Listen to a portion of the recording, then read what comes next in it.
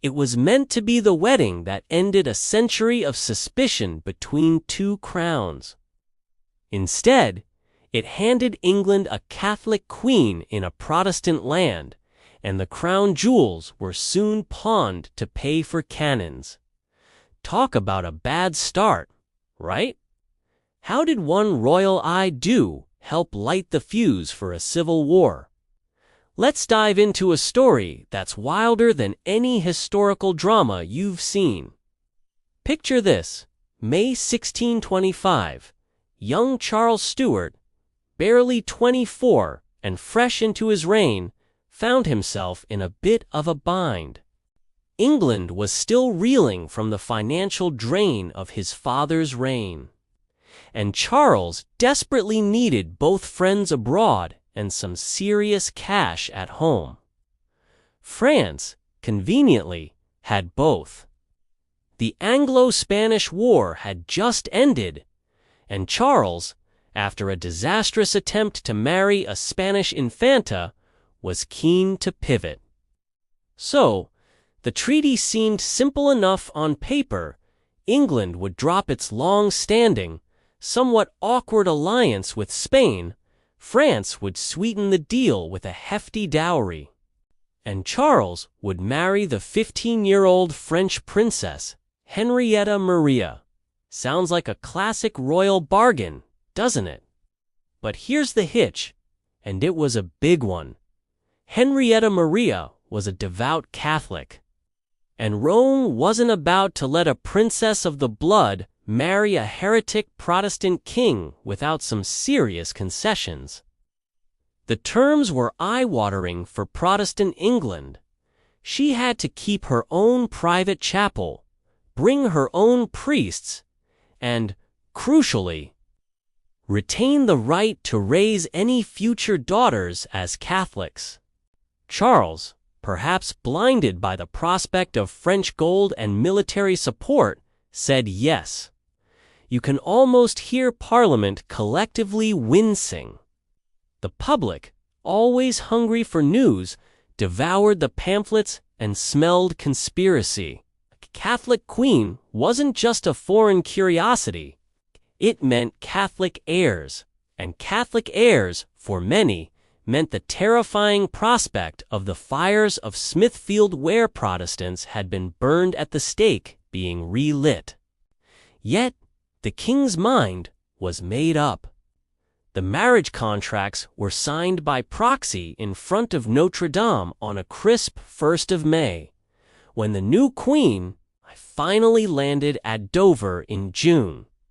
She didn't just bring trunks of silk and finery. Oh no. She arrived with a full private chapel, a bishop, and at least 7 confessors. England, deeply Protestant and fiercely anti-Catholic after decades of religious upheaval, had never seen anything quite like it. It was, to put it mildly, a shock to the system. Their initial meeting, let's just say it wasn't exactly sparks flying. Henrietta spoke almost no English, and Charles, well, he wasn't exactly known for his French courtesies or his dazzling social graces. Their wedding night was so legendarily awkward that the Venetian ambassador, clearly a man with a flair for the dramatic, quipped that they slept like 2 statues. Imagine the tension. Courtiers, ever the gamblers, even placed bets on how soon the queen would miscarry her first child, attributing it simply to profound homesickness. She was, after all, just a child herself, thrust into a strange, hostile land. To make matters worse, the royal favorite, George Villiers, the Duke of Buckingham, still swaggered around the palace. He made it abundantly clear to everyone, including the young queen, that he, not this teenage French import, controlled foreign policy and the king's ear. Henrietta, feeling isolated and powerless, retreated to the solace of her Catholic faith. She wept through Latin masses in her private chapel, and in a move that sent shockwaves through the Anglican establishment, flat out refused to be crowned. Why? Because the Anglican coronation service, she believed, would damn her immortal soul. London preachers, already suspicious, roared from their pulpits that the king had effectively married Rome itself. Pamphleteers, never ones to miss an opportunity for a juicy caricature, sketched the queen as a sinister spider, spinning a popish web round the very throne of England. The honeymoon, if there ever truly was one, was decidedly over before the autumn leaves had even begun to turn. It was a terrible, tumultuous start for a royal couple and for a nation already on edge. Then, everything shifted dramatically in August 1628. The Duke of Buckingham, that arrogant thorn in Henrietta's side and Charles's indispensable confidant, was stabbed to death by a disgruntled officer. Overnight, Charles lost the man who had, for years, managed his world and stood between him and his own emotions. Henrietta, conversely, lost the rival who had so thoroughly belittled her. In their shared grief and the sudden void left by Buckingham, something unexpected happened. The king and queen discovered they actually liked each other. Perhaps it was the shared vulnerability, the sudden removal of a major obstacle, or simply the chance to truly connect, but their relationship blossomed. Letters from the 1630s paint a picture of genuine affection, far removed from those stiff, statue-like beginnings.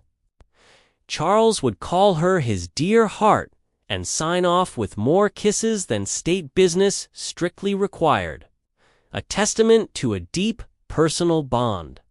9 children followed, a clear sign of their growing intimacy and affection, 2 of whom Charles and James would eventually sit on the throne. The court at Whitehall, under Henrietta's influence, began to transform. It turned into a veritable French-themed party. Elaborate masks, designed by the brilliant Inigo Jones, filled the evenings with spectacle. Music imported directly from Paris set the tone, and a stunning new banqueting house ceiling, adorned with Rubens' allegories glorifying Charles's father, made Puritans mutter darkly about idolatry.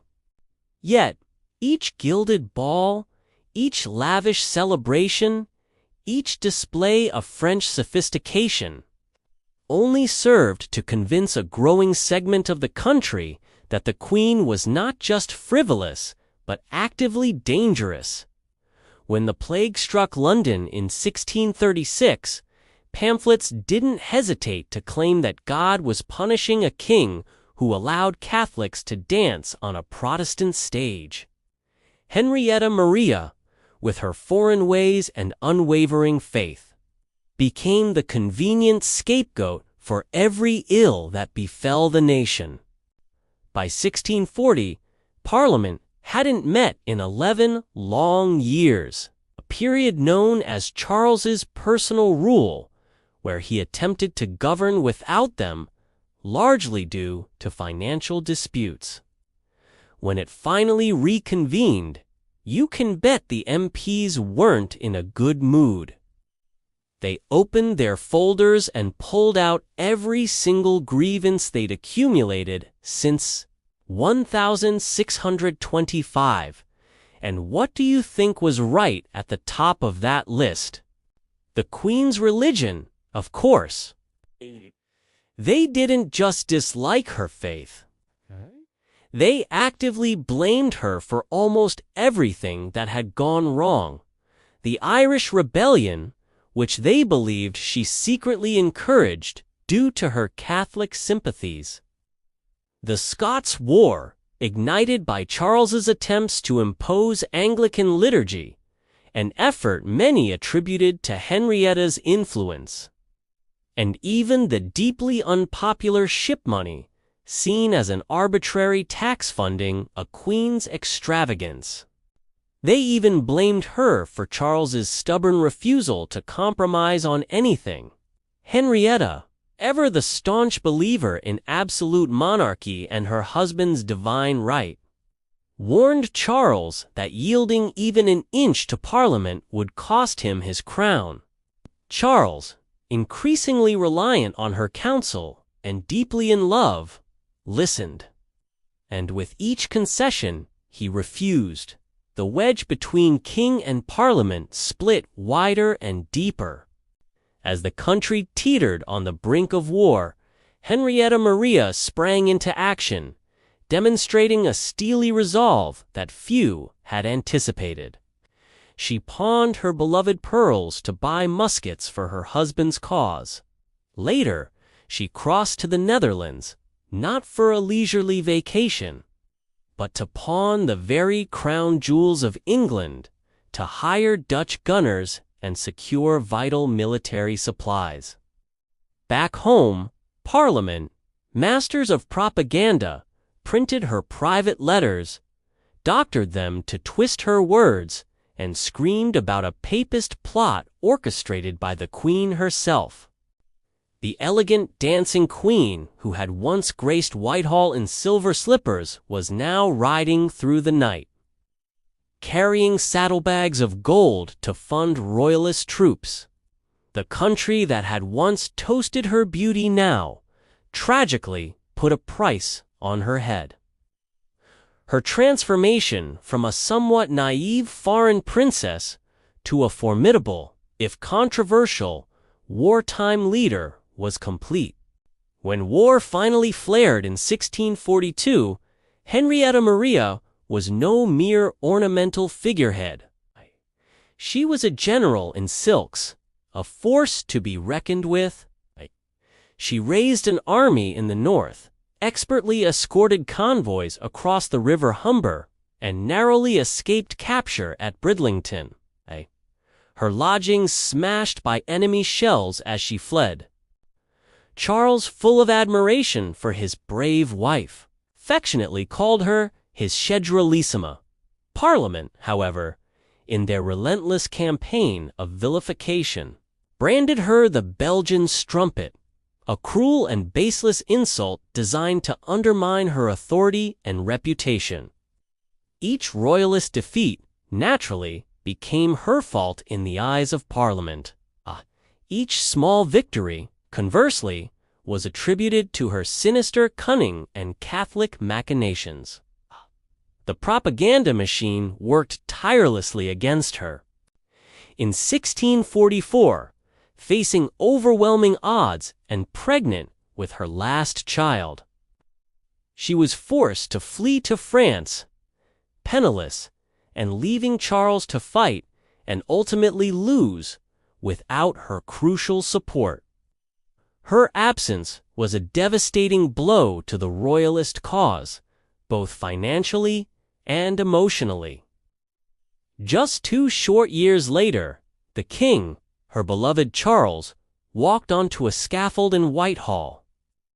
The marriage alliance that was meant to secure England's future and strengthen its monarchy had, instead, helped cost its king his head. It was a tragic, bloody end to a deeply personal and political drama. If you're finding this story wilder than a Netflix script, then you absolutely need to hit that subscribe button, because more royal disasters drop every single week. Henrietta Maria spent the next decade in a strange, often precarious exile, bouncing between convents and palaces across Europe. Her primary focus wasn't on her own comfort, but on bargaining relentlessly for her children's futures. Meticulously navigating the treacherous waters of European politics to keep the Stuart flame alive. She endured the long, bleak years of the Commonwealth, holding on to hope. Finally, in 1660, she watched with immense pride and relief as her eldest son, Charles II, triumphantly reclaimed the throne, bringing an end to England's Republican experiment. Though she briefly returned to England, the damp climate and the lingering anti-Catholic sentiment were too much. She eventually built a small, elegant court of her own in Columns, just outside Paris. She never stopped styling herself Queen of England, a defiant assertion of her identity and legitimacy, even in reduced circumstances. She never stopped defending her Catholic faith, which had been both a solace and a curse throughout her life. And she never, not for a moment, stopped missing the husband who had once signed his letters, "Your faithful," until death and after. She died in 1669, her life a testament to resilience and unwavering loyalty. In a final, poignant act of defiance, she was buried in royal blue, with a silver crown placed secretly in her coffin, a last, quiet nod to the country that had never quite wanted her, yet whose crown she believed was rightfully hers, even in death. So, what began as a seemingly straightforward diplomatic arithmetic France? Subtract Spain ended with a calculator smashed on the battlefield and a king's head on the block. A teenage bride, armed only with her rosaries, her stubborn faith, and an unexpected strength of will, became the bogeyman of Parliament, the pin-up of royalists, and ultimately, a significant catalyst for a war that killed more Englishmen per capita than any conflict before or since. The marriage of Charles and Henrietta Maria, a story of love, politics, and religious conviction, reminds us that royal weddings are never just weddings. They are seismic events, their tremors rumbling long after the last toast is drunk and the last guest has departed. And if you ever find yourself thinking that religion and politics should stay neatly separate, just ask yourself, would England have torn itself apart had its king married a nice, uncomplicated Protestant girl from Denmark? History doesn't answer such hypothetical questions, but it certainly does raise an eyebrow, doesn't it?